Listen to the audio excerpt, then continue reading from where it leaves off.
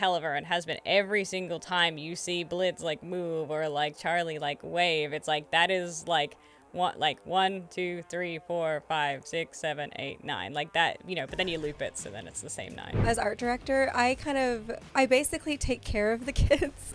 I'm kind of like their surrogate mom a lot of the time. Viv has a lot that she's doing, so basically my job is to back her up. I know the day that I found out that I had to leave Helluva. Is Helluva Boss and Hazbin Hotel all hand drawn? So excited to hear about your roles and what you guys do at Spindle Horse. So do you mind just introducing yourselves and what you do there? I'm Sam Miller. I am the art director for Hazbin Hotel, and I used to be the art director for Helluva Boss. Yippee! My name is Skye Henwood, and I am the animation director on Hazbin Hotel, and I used to be the animation director on Helluva Boss. So what does animation director do? Like, what is the actual title? Directing animation. But basically, every time, just everything, like looking over the entire show, making sure that every single shot is like perfectly to what Viv wants, and that starts at storyboards. So at storyboards, I kind of step in and I go, oh, I can't animate that, you know what I mean? Like I help the whole time. Thinking about animation is like all I have to do. So Viv's thinking about the grand picture, like let's say let's have a box spin around 40 times or something, and then I have to go, hey, can we make him spin like 39 times because it's easier, so that's my job from storyboards to the end, is making sure it's animatable, making sure that it looks pretty, and making sure that it's fitting Viv's brief, because Viv always she can't be around all the time, so then I step in to be like mini Viv basically for the animation. What's so crazy is that you guys create a world where these characters just live in that world where it's different than like the Fairly Odd Parents or Marvel. So what rules do you have to stick to make sure that those characters stay in that realm? That's Sam. That's a lot of my job as art director. I basically take care of the kids.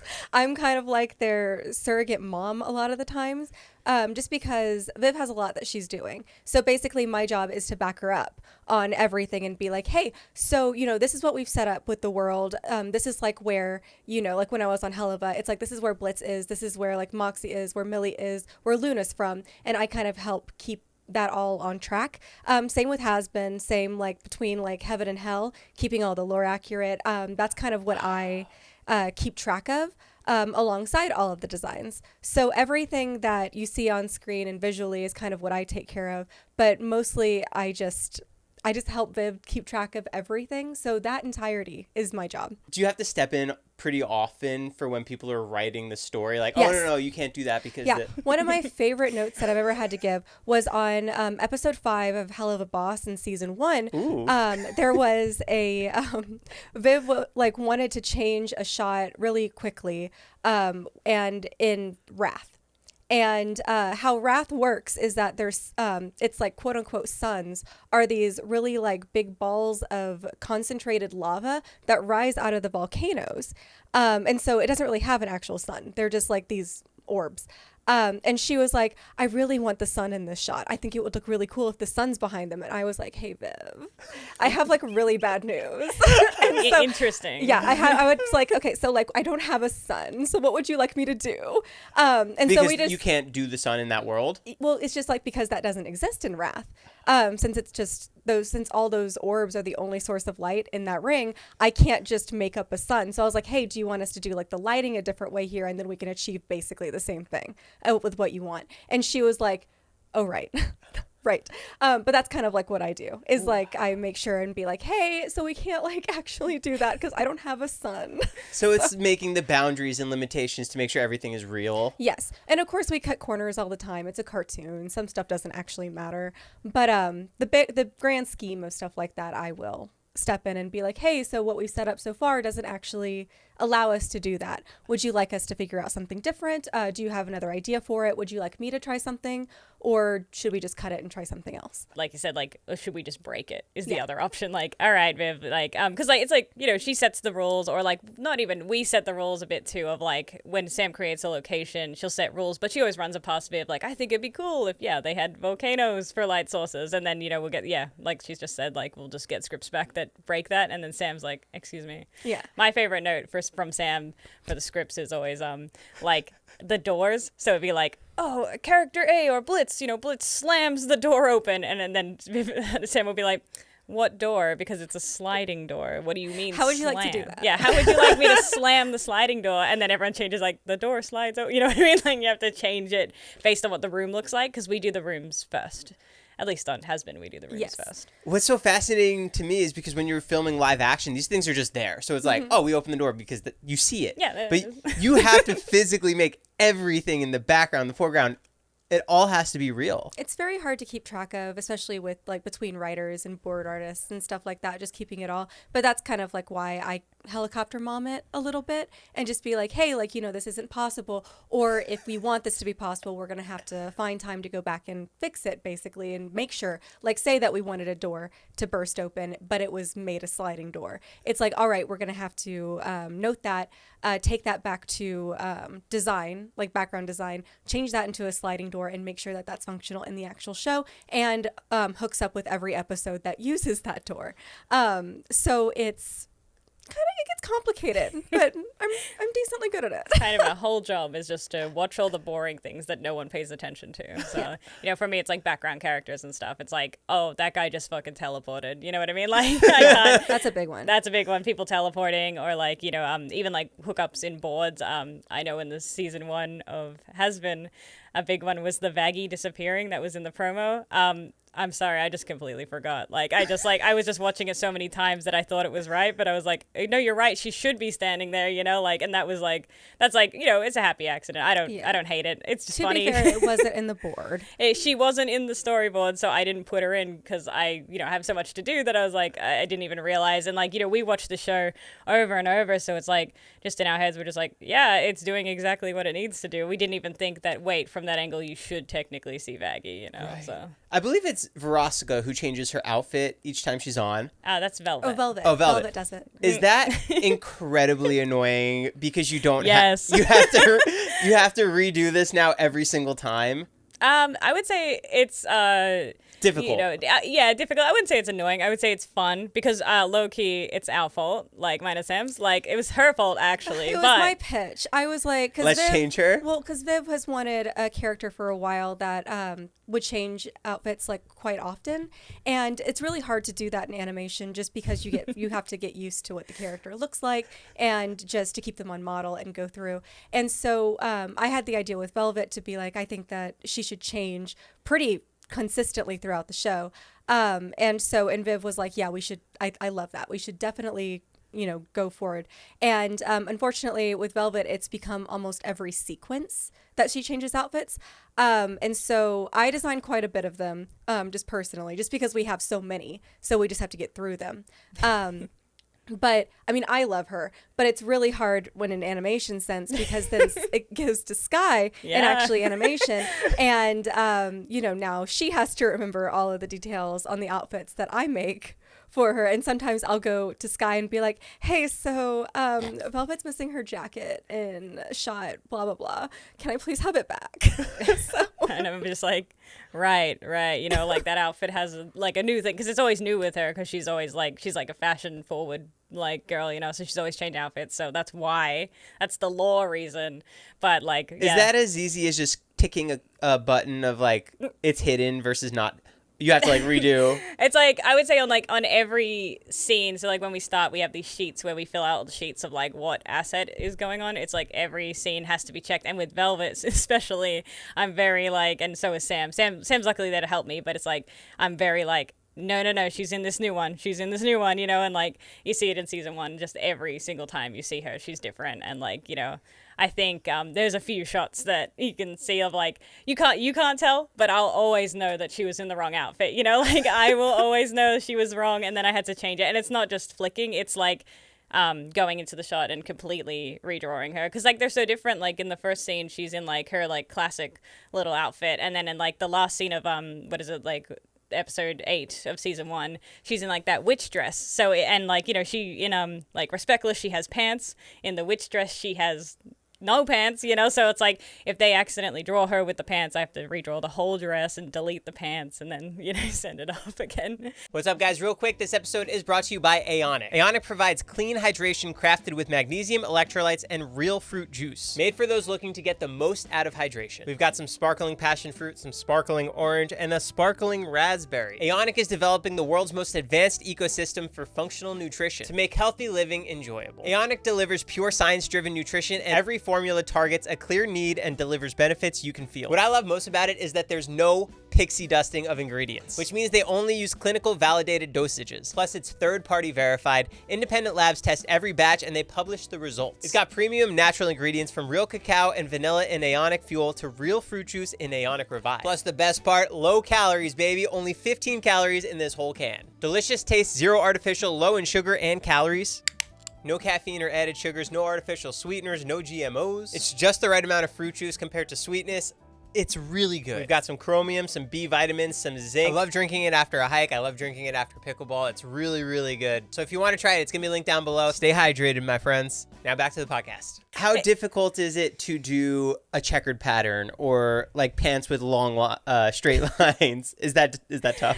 It's difficult, but like that's what I find interesting about Viv style in general is that like everyone like I see a lot of people online talk about like, oh, they're too detailed and stuff, but like my number one like flex will always be like, I have talked to Viv about this. Like I have sat her down in a room and I have wrestled things off her, or even so sometimes she takes them off herself, like she has thought about when she makes a character, she at least thinks about me, like she doesn't just go, here you go, you have to do it. She's very nice and she very much like talks to us and like makes it doable. And like full credit to Viv, like especially with Hazbin Hotel, like whenever we got the season actually being made and stuff, between the pilot designs and the like new designs for the actual series, she did all those herself.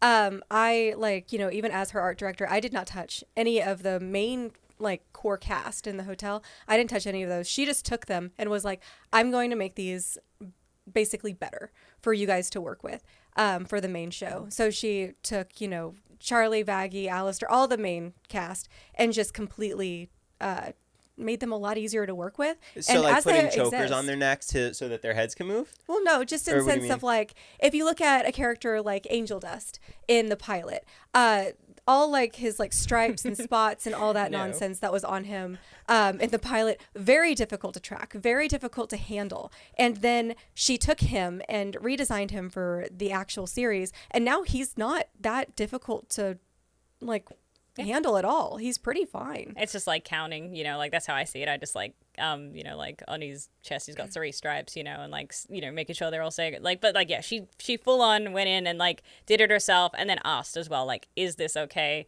I gave him a drawer and I was like, yeah, that's fine. Yeah. Mm-hmm. Who's the most difficult character to draw or animate on Hazbin Hotel? Husk.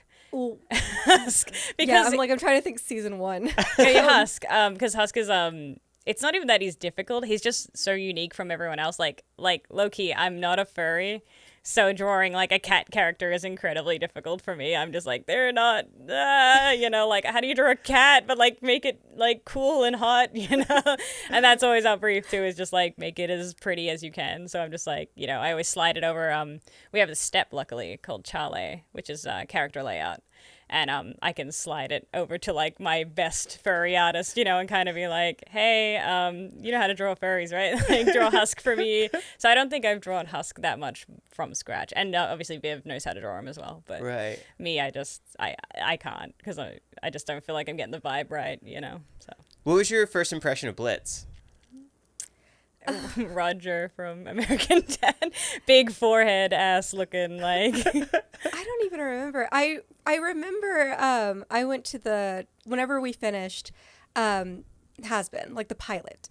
We had a tiny little premiere out here in LA, and so I actually had never seen anything of Helluva until that, because Viv, after we like watched Hazbin, showed a like the whip in progress of Helluva Boss, and I died laughing at that pilot. I loved it so much. I didn't touch the pilot at all, so I hadn't seen any of it, but I fucking loved it. And I don't know, I just grew to love Blitz so much, but I don't remember my exact first impression of him besides I fucking love you. You're so fucking funny. And then it became a whole thing because now a part of me is in Blitz because that's where he gets his horse girl energy is from me. Yeah, where does the horse come into play? Why? Well, Sam's fault. It wasn't my Sam's fault. No, it was Viv's fault. I just was bold enough to ask a question. So one day she comes to me randomly and she calls me and she was like, so I feel like Blitz would really like Spirit, like Stallion of the Cimarron. I feel like he would love that movie. And then she moved on. She immediately started talking about something else. And I said, hey, whoa. Reverse that. What the fuck do you mean? You cannot just tell a horse girl this and then brush over it. And she was like, well, I just watched it earlier. And, you know, I feel like Blitz would really love this movie. You know, like Wild and Free. No rhyme or reason. He's going against the system, you know? And I was like, Can't be tamed. yeah, I was like, I guess, yeah, that makes sense. Are you telling me that Blitz would be a huge fan of horses? And she was like, you know, yeah, I think so. And so I was like, okay, should we do something about this?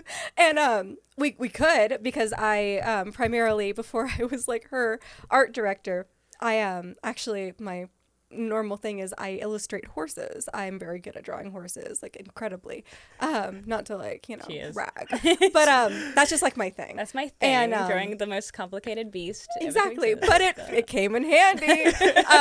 So we were able to like kind of make that part of Blitz's character, and that kind of like became a huge part of him and stuff. And it's just really silly because of it, like, yeah, and it's so cute now, and Brandon hates my guts because that's like the biggest part of Blitz that is me and is not necessarily like from him. Yeah, he'll like complain about like fans bringing him horse like merch and stuff like that He's like, at why? conventions because he doesn't even like horses, and it's like, but a lot of it goes to me, so I don't care. Keep bringing it to him. Yeah, keep bringing it to Brandon for Sam. Like my necklace right now is actually from. Can you show it? Yeah, like it's a little golden horse, and it's from a convention that like a fan gave it to Brandon, and you know he's very grateful for all the stuff he gets, but he would never wear this, so he gave it to me, and I love it.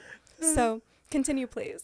Are there any other parts of Brandon that bled into Blitz's character? Everything. A lot of stuff. Brandon is a very interesting person. Is he? And on himself. Yes, Oh, he I didn't know. is. I mean, I love him. But like one of the things that we that's very commonly talked about in the show that we put in is Brandon. Well, he used to. I haven't seen him do it in a hot minute, but he probably still does. Cheese and hot sauce. Yes. That's why Blitz will like wrap up cheese and pour hot and pour hot sauces sauce because on of it. him. That was a long like bit for a while. We haven't done it in a bit in the show, I don't think. No, I don't but that was why that like arose, is because that's just like a weird little thing that Brandon does, and we were like, you know what? Put it in. It's also just everything. Like when Brandon's in records, like, you know, I don't watch all of them, but like Viv comes back with tales of just like, you know, and then you see it because like we know what the script says, and then you'll see that the line is so different, like especially when Blitz is like yelling or yapping about something, and it's like kind of like you can improv. Brandon will improv at all times if possible. Yeah, and he's a really funny guy. He diverts from the script quite a bit, but in the way that it just kind of adds a flourish that, you know, would never be the same without he's him. also a writer as well, so on the show, so it's like, you know, it's like of course what he says is going to be right, you know. So when you write the script, you kind of have an idea of how you're going to animate it or how it's going to come together. But if a voice actor improv something, is there something that they do that makes it incredibly difficult, like yelling out of nowhere, or it's like only if they're saying they're grabbing stuff, like I'm picking up something or I'm gonna throw this rock at you or something, and I know like that barely happens, but it's also then we have to design the rock, you know, so we're just like we'll be like, more so just tracking. Exactly. And that's the hardest part of the entire thing anyway. So it's for them adding more to the world. Yeah. Because it's like, what if there are no rocks in that area? Like what if we're inside? Like, you know, and like we have this thing, but like Viv really wants it, you know, like it's really rare that happens. But other than just like disturbing my vision, which doesn't matter, you know, like they'll just be like I when I read the scripts, you know, I try to like storyboard it a little in my head, or I'll have scenes in mind, and then it'll come back a little different. But then like usually it just like, because the voice actors are so good, it just like clicks over of like, oh yeah, now I can just change that one image in my head, you know, and it's fine. What's the most expensive shot in animation? All of them. I would say, from Helluva Boss, that new one from Mastermind, the spinny aroundy, like where you go around. A 360? It's the Stolus, the Stolus one from mastermind specifically where he's like, and our animator Avon did it. But it took a long time, and it just, like, it's expensive because it keeps someone occupied for so long, and, like, you know, like, we're paying them, so we're just like, you know, but they did amazing, and they did it as fast as they could, and it looks amazing, and I would never change it at all. But that's what's expensive, the spinnies. But we actually, funny enough, the spinny shots are, like, we call them, like, what do we even call, like, the Viv spinny shots, or just the spinny shots? They're the classic we keep putting Vivziepop. them in. Yeah, because, like, it's very Vivziepop to have the characters spin around, and we're always just like, oh my gosh. Another one. Yeah, but I'm like, oh my gosh, but like it's I classic mean, Viv. we're very used to them by now. So it's when the world spins and does like 360? And the character as well. Yeah, it's so. like the character's rotating, and then usually with the background, it's usually like a big pan shot. Yeah. So the background's like $1 million because it's like massive. $1 million. And it's not $1 million. Oh, I thought it was. No, nowhere near that. It's, you know, but it's it's just a lot to work with. It's a huge basically pan, a and then huge background that just and then a guy in the middle that's just constantly and spinning, and you know, and that is what like it's. I wouldn't say it's like, you know, breaks the budget at all, but it's it like just takes more time. it's and the so that's longest, like, yeah. you know, where like, you know, the longer something takes, the more money it costs. So that's just kind of that's it. it. But we it's love not our spinny necessarily shots. more complicated. It's just Yeah. longer to make. And we have, again, shout out to Avon. Like, Avon takes all Brave. brave. Brave soul. Every single time there's one, we literally just go, oh, it's an Avon shot. Does he look forward to it? They look forward to Yeah. it. Like, they love it. Oh, they always go, give me. You know? They know. They know what they're here for. And they know what's coming. Like, it's like the DM, like, hey. It's like, uh-oh, the spinny shot. The spinny shot has come. How many people are on the Spindlehorse team? Because you guys have animators all over the world Yes. who work on the show. I have no clue I at this know point. last time I checked, on the crew itself was like 300, I think. Wow. Yeah, that if I'm sounds right. about right. But it's not just animators, you know, it's like storyboarders. We got writers, first of all, Viv, writers, storyboarders, animators. Like, we even have some like layout artists as well, like Charlie artists, background artists. What does layout artists do? Layout, that's one I talked about before, is like layout is just like a beautiful illustration version. So it's like, say the script comes in and it's like say the storyboard comes in and it's like a little rough. And like, you know, you just kind of look at it and you're like, I love this, but like, how am I going to get that angle? These layout artists will come in and they will like just do a beautiful illustration. Like, they're basically illustrators, and they just do a single frame to show you, hey, this is like, you know, if it's like Blitz from below, it's like, we've never done that before. This person will spend time literally just working out how that looks, and just, you know, so they're basically illustrators. And it's also fun because it lets us put illustrators on the show, because so many illustrators, but not animators, or background artists, or, you know, like, they can only draw the characters. It's giving them a chance to be on the show, which I really like. Is Helluva Boston Hazbin Hotel all hand drawn? Yeah. I mean, we would say we use 3D components sometimes, like the car, like Blitz's car. Yeah. Is it's a mix. So sometimes it'll be a 2D object just going meow, and then other times it's like, I think in the Verosica episode, number 3, he like goes, he's in the car park and he goes, that's 3D. I'm pretty sure. I don't Was that remember, 3D? my guy. That was like years ago. however many years ago. But like, if you just check out the car, I know in the Striker one, like season 2 Strikers Yes, one, Western Energy. Western Energy, it tumbles down the hill. I know that shot is 3D, like the car is 3D, and we have 3D backgrounds sometimes. I think the train was too. the train, that yeah, for, like, Striker's one Choo shot. Choo Train was 3D as well. That's But like, we have like people who are so good at rendering, and I don't know if he did work on season 1, but it was it Nick? Nick, yeah. Nick. He Nick. works at Glitch now, and he's got his new pilot out, the Gaslight District. Big shout out to Nick. Big shout out to Nick. We love him. But he did a lot of work for us on the 3D stuff, and that's why it looks so like it fits into the world, because we don't know how he does it. He's got a crazy. I don't either. It was crazy because like I had never worked with 3D before in terms of, you know, pretty much anything, and I like he like emailed us about and being interested in working on the show, and I was like, I need a 3D artist. So I messaged him back and I was like, hey, like, we want to run some tests. And so he ended up doing the first one I think he ever did was in the first Striker episode at the very end of was that Western or not Western Energy, Harvest Moon. The Harvest Moon. Harvest No, Moon yeah, Fest. the Yeah. At the very end shot when Stryker like is like laying back on the motel bed and we have that like little like shift in the background. We can't do that with just a flat background. So he that was the first one he ever did. I gave him like a lot of my references for like how the other backgrounds looked like. I was like, can you please match this? And he did. And I was like, how did you do that? Hey, I remember, like, I think I was talking to you about it. I was like, I don't understand how the fuck this happened. Like, this is crazy. He has some crazy, it looks like, 2D. seamless. Yeah, 2D, like, I don't know, render. Yeah, the way that his render, like, skills are phenomenal. Yeah, and that's also why the new pilot looks amazing. Yes. I can tell. You can just, like, smell him all over it. You're like, damn right, damn Do right. you ever get drawings back from somebody and they look nothing like they belong in the world? Yes. And would you just scrap that? Or Yeah, can you work on it? We work on it. you can work on it, but also it's like, you know, sometimes that just happens.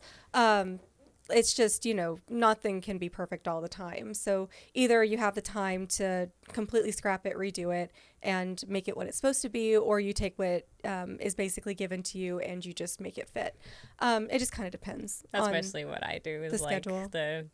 you know, for the animation, they'll hand in the keys and then I'll go over the keys and like, you know, that's what it is. What's It's like, the keys? Okay. Like the rough sketch? So the keys are like when you animate, it's like a normal step, which is just like basically going over the in Spindle Horse. You go over the storyboard basically on model, right? Like you draw Blitz in like 3 poses, 1, 2, 3, and then you know, you can add your breakdown, so you can kind of show the little arc you're trying to do. So if he's like walking, you'd be like, doop, doop, doop, but it'd be like 1, 2, 3, 4, 5, 6 drawings, right?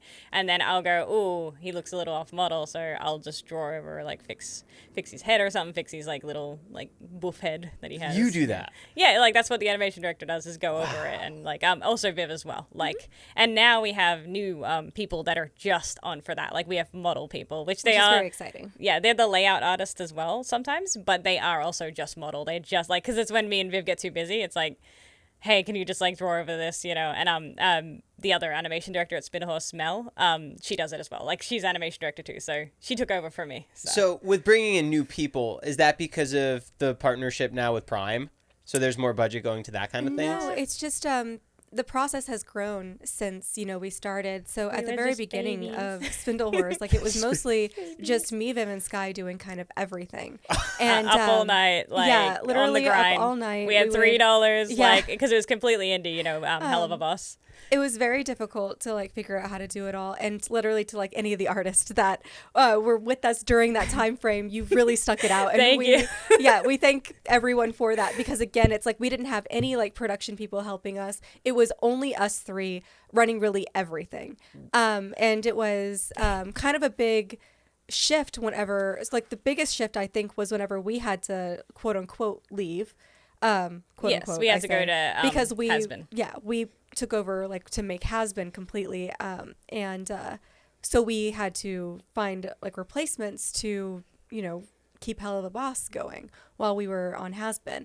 And so that was a big transition, and since then it's just kept growing, like, and growing and growing, so we could hire new people, get like proper steps in place. Now we have like a whole production team that helps keep everything organized, so it's not just us anymore. Like, I did like the good old days, Yes. like episode. We actually started with Lululand instead of starting with episode 1. Fun fact, but like those good old days. I say good old days, but like I said, like Viv was like, "Hey guys, I have $3 and an idea," and me and Sam were like, "What a great idea!" Like, I yeah, just like she you could came just to us and basically was just like, would you guys like to help me do this? And we were like, sure, we got nothing else going on. Yeah, It's I was COVID. like, yeah, it was like at the start of COVID too. So like I had just finished up on my other project, and then I was like looking for work, and then Viv was just like, yippee, you know, like found you, you know. So she kind of grabbed me when I was like right free, and then just kind of taped me down in the best way of just like, it was just, I don't know, when I saw Helluva Boss, like I saw potential. Like I was like, this is gonna be big, and you know, same thing with Hazbin, because I had already seen the pilot at this When time. you saw just the drawings of it or the storyboard or the storylines? No, like just literally saw like the pilot. Like I watched the pilot and I watched the Hazbin pilot, and I was actually in university like a fan of Viv. Like I was like my like thesis film, like I have a big folder of like her art, and I used to try and draw it, you know.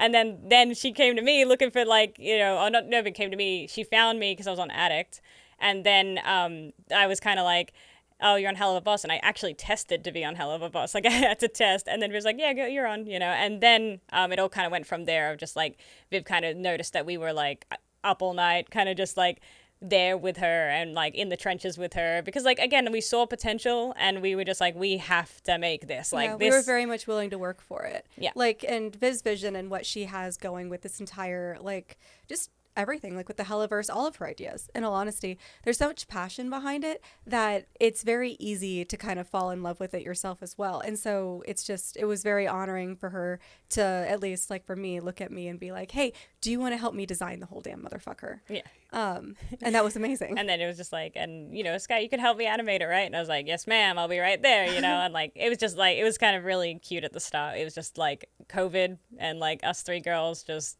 chopping away every night. Like, oh my God. Because I'm in Australia as well, so it's, like, different time zones, but, like, we were all staying up for each other, you know? And, like, It was crazy in the beginning. Yeah, so when you released the pilot, was there expectations for anything? No. I not wasn't on my even end. on the Yeah, pilot, she yeah. wasn't on the pilot. I was only on the Hazbin pilot. I knew that people liked it, and it seemed like, you know, from the clips that we put out and stuff like that, that people really liked it and they were like really excited. I had no clue what the fuck was going on. I had no clue like what would happen. Same with Helluva. I wasn't really involved in that pilot at all, but I loved it. Whenever I saw it, I was like, this is great. People are going to love this. But I didn't realize how much. So it was a very big surprise. And like, we're very grateful for it. Mm-hmm. Like, it's crazy. But we had no clue what we were actually getting into at all. Like 0%. When does the season for Hazbin pick up? Is it right after the pilot comes out? No. So it was I can't really remember all the logistics of it, but I believe it was about a year, I think, ish. So it was just out there in the world, and then yeah, it was about a year. Like, yeah, we're trying to find a home for it, and we weren't sure if we could just keep it on, fully at Spindle ourselves. Again, because yeah, we had $3. Yeah. And we had $3. Like, so we had Helluva Boss Boss and $3, and then we're like, well, we got two babies. Like, one needs to go. Like, you know? we were like, we're not sure if we're gonna do this. We really want to do them kind of simultaneously. Mm-hmm. So what can we do with that? And that's where, you know, 824 stepped in and kind of gave Hazbin a home, and then Skye and I went with Hazbin. So yeah. And we left that little baby behind. I know, I miss Helluva every day. Are you going to be working on it anytime going forward for the new seasons? We jump back, back and forth. We help a little, but it's not the same at all. And with Hazbin, you know, confirmed for more seasons. I don't think that. Yeah, we're just kind of like time. We're just kind of like, we're not coming back. Yeah. But like in between like other seasons, like we have jumped back and forth like a lot. We But Helluva's in amazing hands, so it's not like we sit here worried about it. I'm not worried about it. I used to be like the day we handed over, it was like, here's my baby. Well, it's more take care. Like, I know the day that I found out that I had to leave Helluva, I cried. I cried so much that day. I knew that it would be fine, but it's just like that was when we started with, technically, because, you know, we started and made that season before we even like started Hazbin season 1. So I was it was awful. And we also didn't know if we were going to be on Hazbin or anything like that. Like, it was just kind of out of the blue, you know. It was just kind of like Viv's like, all right, so Hazbin's happening, and we're like, oh. And then she's like, and I want you to. And then we're like, but what about the baby? Like, what about exactly. Helluva? And then she's like, find replacements, you know. But like, you know, not like that. But she was very much like, we'll find someone, we'll keep it going, you know. And then she actually let that up to us, which was very nice of her as well. Like, she let us appoint, like, I appointed Mel. And I appointed Amanda. Yeah. And they're like, now the new leads, and you can see them in the credits, I think, of the newest episode. How do you direct an animated show? With, like, what does the director do? Because on a live action, they're like shouting things out. I'm like, that's loaded. Is it everything? Overseeing everything? It's everything. Storyline, the coloring.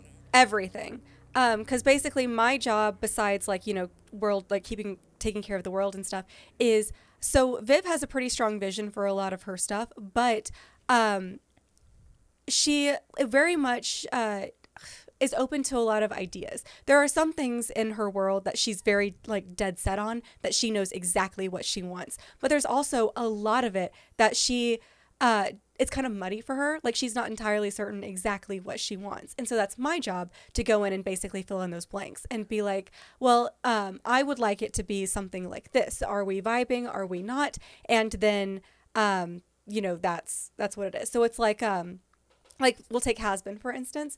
I was brought on primarily for Hazbin Hotel because not for like the pilot, but for the actual series, because she like fell in love with all of my stuff and working with me. And she was like, I want you to design the new Hazbin Hotel. And it ended up being 2 because, at the end of season 1, we got the new hotel as well. So I got to design both of them. And so, but that's like kind of the process, is that she kind of told me what she was looking for in terms of like the overall arching design of an area like that. But she was like, make that happen. Make that real. And so then I do a bunch of concept sketches and I show her and I'm like, what are we doing? And she picks her favorite and I kind of put everything together and then we end up with the finished product. But I do that with every set, every character, everything, unless she comes in and gives me a drawing. She'll usually do it for characters mostly, where she's like, I want this character to look exactly like this. And then I'm like, okay, cool. And then I'll take it in and make it like, show like what it's supposed to look like in the show. Yeah. And but there's some that starting mainly in season 2 where I have designed like full characters myself, and she's been like, I love that, put it in. You designed new characters for season 2 of Hazbin. Yeah. Whoa. And so like it's very cool in that sense that she trusts me so much with that. But that's basically my job. And then I have a team of artists that help me do that. So I'll basically sit down, give them a brief of, hey, this is what this scene needs. Like for a set piece, this is like what this scene needs. Give me a few options and we'll talk through it and see like what we like. And then I'll show them to Viv, see what she likes. And then we move on from there. That's kind of like the core part of my job. And then I come in and ruin the day. And then ruin because they'll finish. This is not possible. We can't do that. Not happening. And everyone's really understanding, but I'll just be like, can we maybe take usually for me it's pockets. I'll be like, can we take the pocket line off? Like, no, he's not going to use it, Yeah. It's just like, that's kind of also like the dynamic is that whenever I get anything designed or design anything myself, I usually will send it to Skye and be like, hey, so like, are there any red flags? Like, is there something here that you don't want? Yeah.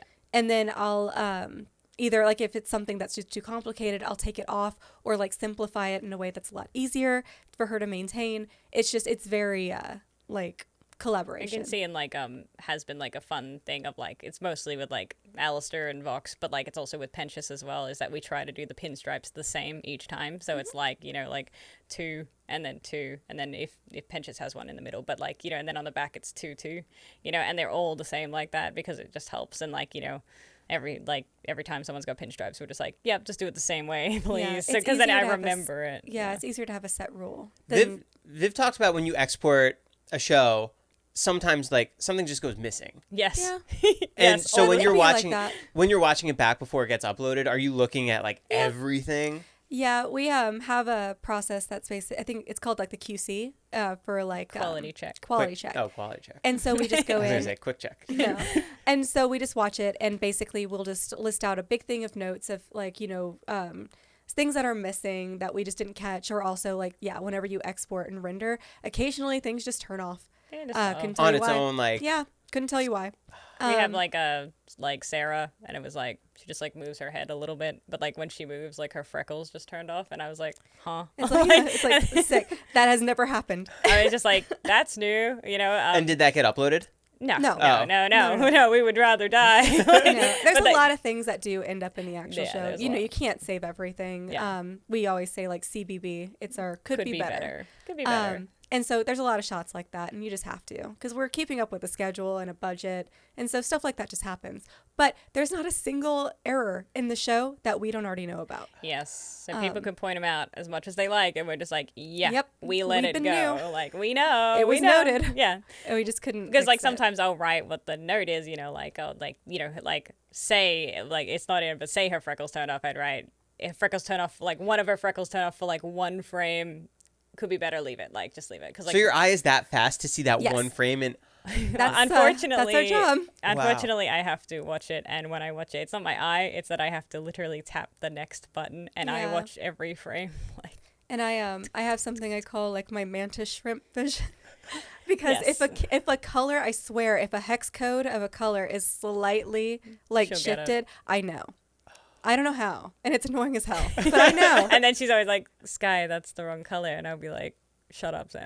Like, or I'll be like, leave it. And I Just leave deserve it. the shut up. Yeah, yeah. But it's the mantis shrimp vision, I must tell you. Yeah, she has to tell me, and then I have to be the Well, you just can't have to assure it. me, like That no I one will basic- care, Yeah, yeah, exactly. I have to be like assured that the normal audience will never actually Yeah, catch exactly, that. exactly. So What animated show is like the most impressive at how difficult those characters must be to animate? I mean, I don't want to like Toot but your own horn if you need to. yeah, it's like I worked on Rise of the TMNT. I was just like a cleanup artist / like key poser / in-betweener. Teenage Mutant Ninja Turtles? Yes, Rise of the Teenage Mutant Ninja Turtles. So it's not the new one; it's the one that no one liked. But I liked it. I loved it. But I can tell you that was like super complicated, but like in the best way. Like it looks sick. What was you so know? tough? The world or the characters? I think it's stylized, first of all, so it's one person's style, like Viv stuff. It's like someone else's style, so you have to get used to it. And then the other thing was just like the characters have so many lines on them. Like I know Leonardo has like they all have chest plates, and the chest plates have like 1, 2, 3, 4, 5, 6, 7, 8, 9, 10, 11, and then they had like 12, 13, 14, 15, like lines just on the front chest plate of the turtle. And you're just like, damn. And are you drawing that for if it's Every frame. every frame? Every frame. How many frames per sec? How many frames are in a second? It's 12. 12. So 12 drawings per frame. Yeah. 12 drawings per second. So yeah, at least 12 drawings per second. Sometimes you can do more or less. You can sneak less in if you're lucky, but Like if the character is just standing still, then you can kind of just that's book it. one. That's just one. So if the character's standing still with lip sync, still the mouth though are on 2 frames. It's like on 2s. So it has to be 12. So yeah, there's a lot of drawing. Like every time you see, even like pulling it back to like Helluva and Hazbin, every single time you see Blitz like move or like Charlie like wave, it's like that is like 1, 2, 3, 4, 5, 6, 7, 8, 9, like that, but then you loop it, so then it's the same 9. But you know what I mean? Like, yeah. And that's like all new drawings, and then you want to do follow through so the fingers go all wiggly. Yeah. Do the colors ever just change randomly? yes. Yes. That's what you were saying about your eye? Your eye, your one eye. my amazing eye. It's like sometimes it happens in cleanup, like just mistakes happen. mistakes happen. Like we're all human. We're humans Yeah. making a show, so it's like you just like you're just coloring, and then like I know for one frame you'll forget like that Charlie has like the red cheeks or something like that, and they'll just pop off, or like they'll be a slightly darker red because you've accidentally grabbed like her suit color by accident. Like it happens, but that's where we come in. I think the biggest error that shows up the most is Charlie's fringe not being the lighter yellow, because it's a slightly lighter yellow, but That's in the show? no. Oh. I would I don't never think they allow know it. that. Like it's like so that's like a major error. I would call that a major error. Like we have to pull that. Like we have to fix that. Once something goes out on Prime, though, can you essentially change it if you wanted to? No. Oh, you can't? Nope. No, these episodes get locked like way early than you Yeah. think. Like they get locked like months before it comes out. Like sometimes even wouldn't say years, but months. Yeah, like they get locked really, really early, and then like literally like they're just like you're not allowed to touch it, and we're Yeah. just like oh, Which but- is fine. Like we shouldn't be lording over all these episodes. I say as the worst, like Yeah. I'm the worst person when it comes to like all these checks. I'm always like, this is wrong, this is wrong, this is wrong, and then Skye has to talk me down, being like, no one's gonna notice. No one's gonna but see I it. do. Yeah. And what about me? This is for me. You always say I'm making this for me. Yes. Not Well, for that is anyone it's else. still that is true. Yeah. What do you think is the biggest misconception about animation for Helluva Boss that the fans might not realize? I want to say like it's almost like a dual like situation, like because I feel like one side of people think, oh wow, why can't they animate this like faster? Like I want more of it, and the other side is like, wow, like this looks like too hard to do. Like why are they even doing this? And it's like actually neither of those things are true.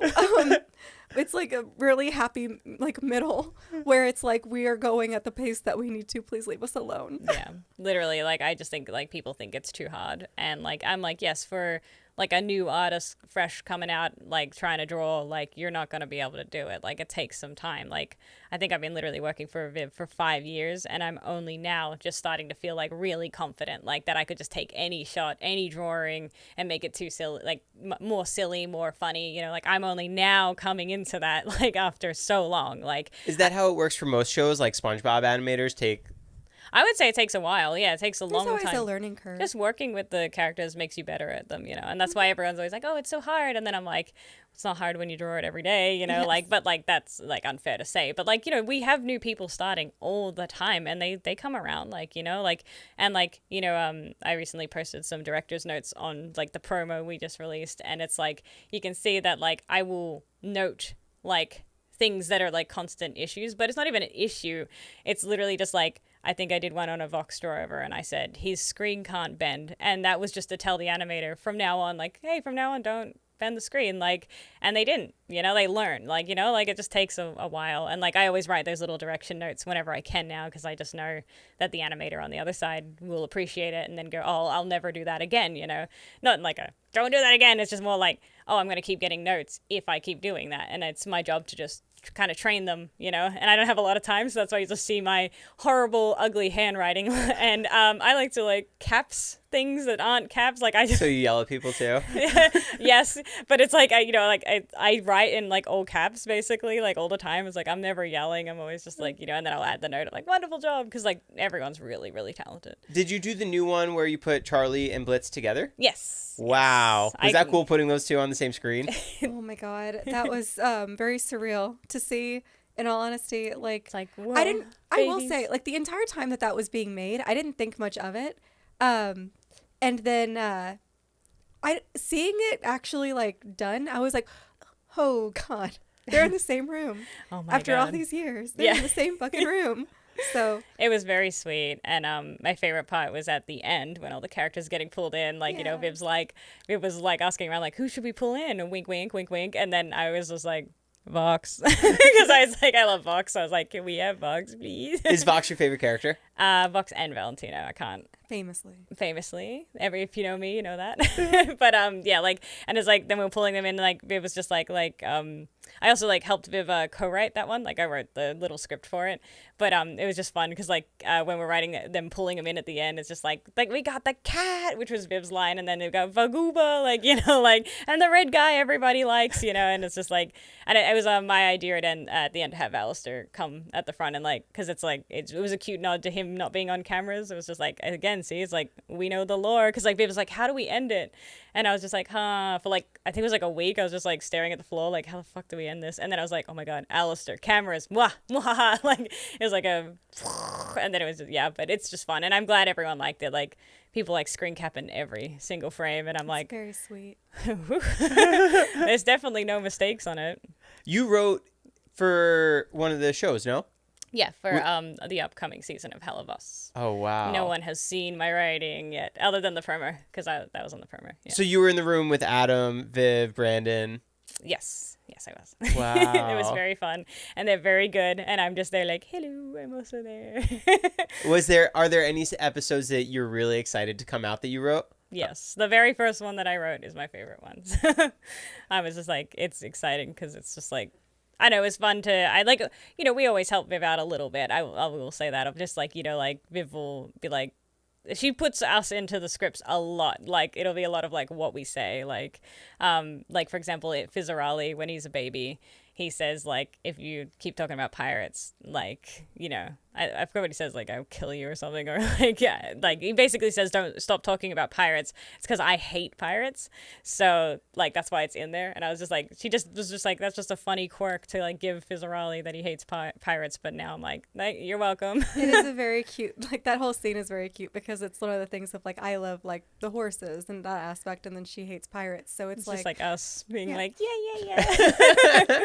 Like, stop talking about pirates, everyone. How long does animation actually take from beginning to the episode releases? Is it more than 2 years?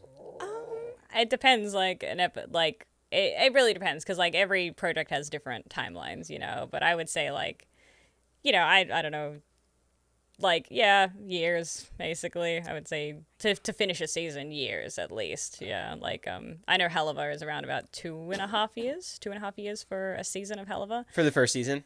No, the first season was like We did that pretty quickly. 9 months. Like, we just like cheesed it out. I think the release date, they were released when we finished them. Yeah. Like the first season, I don't know Like, how that long. was the timeline. That's the timeline. We were just like, all right, it's done. Put it on YouTube. Just get it out of my face. Like, all right, next one. Yeah. You know. With the exception of episode 8, just because, you know, that had its own Yeah, little it issues.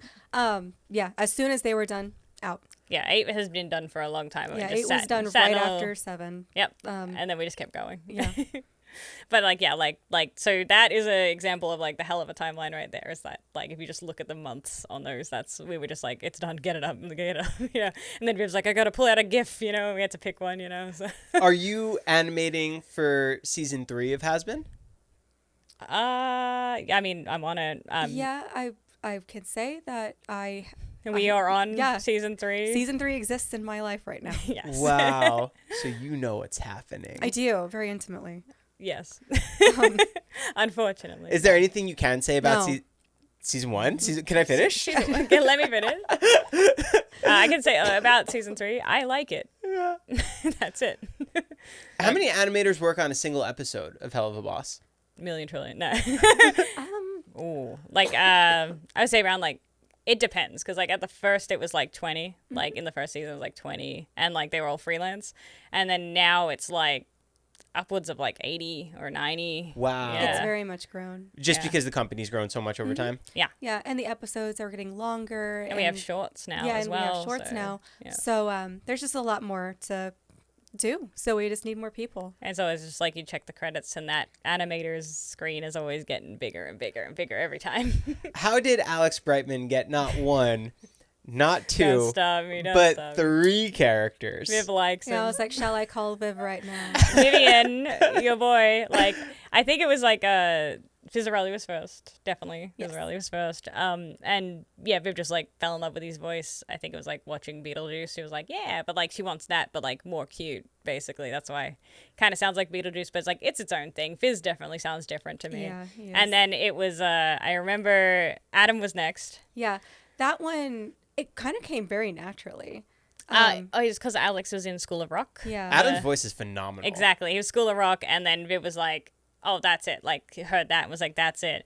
And then Penchus was like the last one. Yeah, He well, was- because Alex auditioned for Pinchas. For Pinchas, yeah. And we were kind of shocked, in all honesty. We heard it and we were like, okay. I was like, Okay. triple checking, like, Yeah. So like his Alex- take on it surprised you guys because you didn't envision it? No, Or what do you I mean? just didn't realize that he could do Yeah, that. he has incredible range. Oh. Because, you know, you're so used to, like, Alex and, like with the Beetlejuice voice and stuff like that. And then again, like, his voice with Adam. I guess, heard that from him before. And so we knew that would be pretty locked in.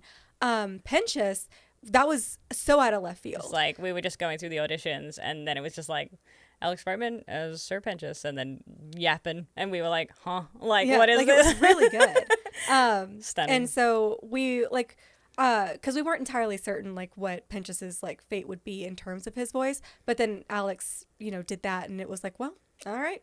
You know what? Yeah, like all the characters were auditioned and everything as well. So it's like, it was all fair game, you know? It was like, anyone could be anyone, and he won. How does Richard Horvitz come into Moxie? That was all Viv. El Natural. I cannot- Viv, like, literally was like, Yeah. I want, like, day one, I want Richard Horvitz. Yeah, And- because, Oh, like, so she seeked him for the role. Wow. yeah. And I Yeah. think he's the voice director on Hell of a Boss as well. So Yes. I think she got him as the voice director, but, like, obviously went about Moxie first. But she just knew she wanted Moxie, like, day one. Do you guys have much conversation with Sam Haft when he's creating the music? Because, Yes. like you said, if he's writing a song about something that doesn't exist in the world, then that can't really be part of the song, which does affect what he's doing. And yeah, like we definitely talk to Sam Haff about it too, because like there has been songs that have come in and it's like, hey, that's not possible, or like, that is really like not the vibe. But like him and Andrew are really receptive to all the notes we give as well. Like they're it's very collaborative. Like every department has to do it. Like Viv invites us to listen to them because like for that reason alone, it's just like this character can't say that because remember all this time ago they said this, you know, and then she'll just be like, oh yeah, and then we have to come up with a new line. It's mostly them, Sam and Andrew, but it's also like we have to come up with this new line, but then it has to rhyme with all the other lines, you know. So yeah, because when I talked to him, because he basically just says this is what I have to write about. He does it, but when he's writing a song and it's so specific, it can't be. Yeah, it just sometimes things need fine tuning, and again, it's just more so like everything is so collaborative. Like it's just the nature of making something like this. So it's just like, hey, like, you know, it's usually Skye that talks with them, but it's just kind of like pushing the direction a little bit more specific, and then they do that, and then it's good. I think like the only lore I have is that Stayed Gone used to be like kind of like a rap battle. Yeah, and then it was more like and that. then we were like, can it be a bit more like, you know, I think this was more Viv. Viv was more like, can it be a bit more like, you know, like what it is now, like this kind of like upbeat, like, you know, got a little jazz in there and stuff like that. But it used to be like a full on just like diss track, basically. Yeah. Do you have a favorite song from Hazbin? Stay Gone, obviously. Yeah. I'm not sure which one. I'm still really partial to You Didn't Know. Yes. I think that we really popped off with that. I thought it was older. Yeah. But yeah, I mean, I love all of them. I also love the finale because yes, it's of all just of so them. fun. I'm such a baby. Like to this day, I have been on this project. Like we started, I think I first heard the song in like 2021 for A Happy Day in Hell. And I still tear up whenever Charlie says "My Hazbin Hotel." I'm like, that's she my tears up on my Hotel. she tears on that. I tear on just literally like I can do this somehow. I know it, you know, because this was like at the time we were so fresh to like the industry and all that stuff, and it was just that kind of like song we needed, that Disney princess encouragement song. So I would just listen to it whenever I was like, you know, like not having the best day and just being like, I can do it, Charlie, like, and I will for you, you know. What were your first steps for creating the hotel in Hazbin Hotel? Being insane. Because that's yes. so crazy that you did. She's my baby, and I love her so much. Both hotels are like my favorite designs I've ever done. I love them a lot. It's just a bunch of things. Like we had kind of the one from the pilot, but Viv was never 100% sold on it. And I did want to make it a little bit more, I guess, cohesive in the sense of just making it easier to draw because, you know, I knew it wasn't going to be me drawing her all the time. So I brought in different elements. I did a lot of I used a lot of Art Deco type theaters to actually build the first hotel. And then a mishmash of other things. And we were just like, what else could we put on her? So we have like the train. She has that. She has like a steamliner boat coming out, you know, of her of the like right side. And then we have like Vaggie has a very slight like pirate kind of motif just to the character. It's very slight, but it's there. And so I was like, wouldn't it be funny if we just literally tied with rope a mast of a pirate ship onto the steamliner, just on like one of the big like pipes. And so we did that. So that's why it's like on the edge. It's literally just, you can see it. It's tied with rope to one of those pipes and then just goes up. And that's where Vaggie performs whatever it takes. But yeah, it was really fun. And then Viv knew that she wanted eventually. We unfortunately didn't have the runtime in the show to show it, but she was like, I really want Pinchas to like crash the blimp, like his Zeppelin, whenever like into the hotel whenever he joins. So then that becomes like his room. And I loved that, so I incorporated like that design because I also did that new design for his new Zeppelin. It's different from the pilot, so I updated that and then crashed that in the hotel, and so that one became a staple of the hotel's designs past episode 2. But yeah, like that was it's really interesting, like the whole thing. But yeah, that's what it was. And then I tacked on Alistair's like radio tower up at the top there, and it is barely hanging on, but she is there. I don't even think you can get into it. Like, no, like I have what it is I was like, I don't think that Alistair's gonna want anyone in here. So I made it pretty solitary. There is like a a hatch at the bottom that, you know, opens to get in. But I was like, the idea behind that was, I was like, most of the time Alistair is accessing this, I guarantee you he would like use his shadow to like come up here because he doesn't want anyone fucking with his stuff. So that was like the thought process behind that. There's like everything on that thing has a reason to why she's there. Is there any lore that people haven't really discovered yet that you've hidden there? I don't know any exact lore off the top of my head. Everything kind of has some type of meaning to it. I'm trying to think of something that I was psycho insane and put in there, but Well, I would just say, like, for everyone to look, it's not lore, but like look at the last shot of, not the last shot, the last shot of the hotel, the new hotel. My New Girl Again, yeah. and I'm just like, just look at it, and the same principles went into it. Like, Yes. you can see there's like little things for each character on it, and that's like super intentional because it's just meant to be like a harmony of everyone coming together, and you know, everyone who moves in there kind of adds their own flair to it, you know, whenever we can. The New Girl is very much kind of meant to be kind of all of the hotel gang represented more so, and like more she's very like I kind of based her more on a casino. The first hotel was based on a theater, and the second one was based on like a bit more of a casino vibe, and so she's kind of a mismatch of a lot of things that a lot of the different Very characters bright. like. Very bright. Yeah, and I can't wait for everyone to see the interior. Yeah. She's kind of like a beacon of like, come here. You Yeah. know, so. And she's so sweet. Is it hard to add in a new character? Not necessarily, unless they affect like the designs on the like anything that I do, like the hotel.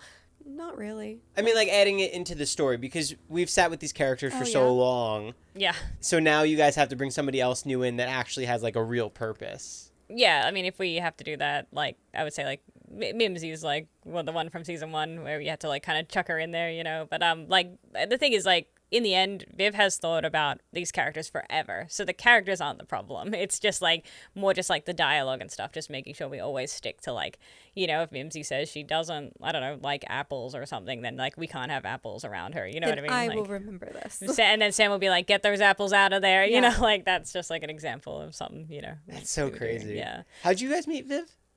I met her, I went to SVA in, like way back, whenever the fuck that was, for college, and Viv also attended there. I don't Were you there remember. for animation? I was, yeah, I was majoring in animation. She, I believe, graduated before I actually met her, but she had come back for our Halloween party that the college like has. And so I met her in 2014 there, and we got along like that entire night. But we really didn't talk afterwards, but we followed each other on social media, so we knew like where each other like was. And literally like right after that, like I think like a week later, she released Die Young.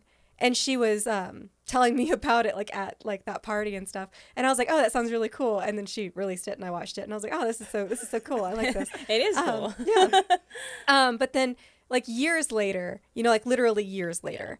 No contact. Pretty much no Yeah. contact. We'd like, you know, exchanged pleasantries like here and there, like online basically.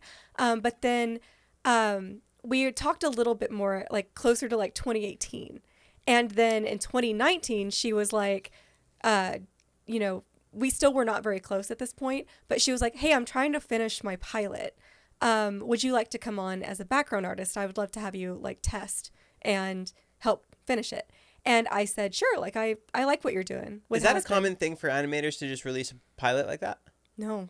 No, No. she was crazy. Yeah, she was crazy. One of kind. Like, But that's like why I was like, yeah, like I'll help. I'm Like, pretty what sure the hell are we doing? She was like one of the first indie. Like I've seen a few. Like I saw just like really, but also the longest one I've ever bloody seen. And like my number one thing would be like, if you're making a pilot, you don't need to make it that long. Like, you know, Viv like kind of just had this episode That in was her head. impressive. That was the impressive. That bit. was the impressive part. I was like, That was 30 20 whatever minutes. minute- Like, 30 yeah, minutes. almost 30. 30 minutes. Yeah. And I was just like, dude, like, huh? Like, I was like, this is a whole ass episode. You know, Viv just kind of made an episode. And I was like, that's amazing. Like, normally pilots are like, they could be a minute. Like, I remember the Bluey pilot. Like, I haven't seen it. I saw it online, but it was like a minute and a half or something just to get the idea. Like, it's like a proof of concept almost. Viv was just like, nah, I'm just going to make the first episode. Like, there you go. Like, you know, and everyone was just like, huh? Like, what is going on? You know? So it was pretty crazy. And then she didn't answer your email. Oh my god. So how I met Viv was I applied to be a cleanup artist on the pilot, like the Hazbin pilot. I was like, please, because like I loved it. Like I saw her like little trailers. I was like, I need to be a part of this world, and she ignored me. And then it was. Did she see the email? Have you ever talked about it? We talked about it. She's just like, because Viv gets so many emails all the time, so she's just like, I didn't see it. I don't know. She always like, no, like because she's like, I'm sorry.